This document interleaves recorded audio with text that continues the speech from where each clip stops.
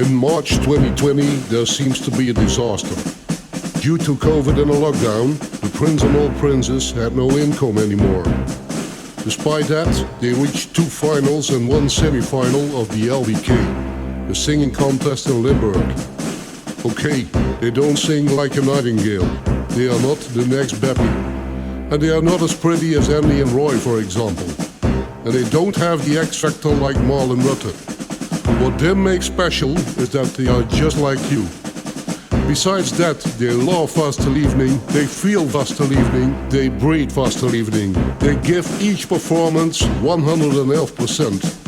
If you have a problem, and if no one else can help, and if you can find them, maybe you can hire the Prince and all Princes of Grass Corner City.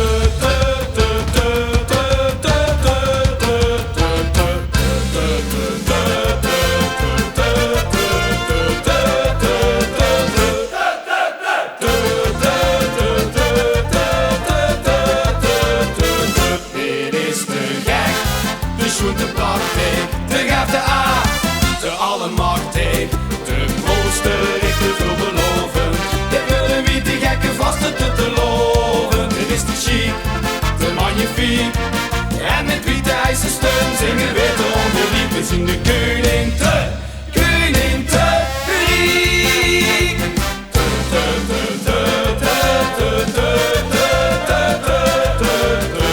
We zien te prinselijk, te vorstelijk, we vieren te hartstochtelijk. Dit is de dolle zon op hol en alle kroegen zien te vol.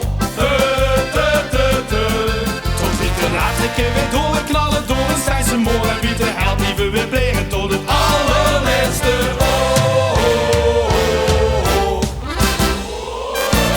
Dit is te gek, de zoete praktijk. De gaaf de aard, de allemachtig. De mooiste heeft te veel beloven. Dit wil de witte gekke vaste te loven. Dit is te chic, te magnifiek. En met witte ijzersteun zingen we de onderliep. We zien de koning te riek.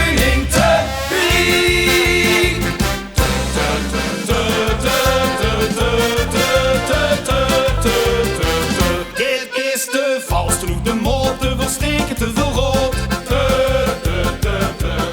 Te veel geluk, het is te druk en witte duk gaan we dan stuk. We gaan witte geer op stap en laat betuigen, maar de tap en witte hel wordt er gelachen. En een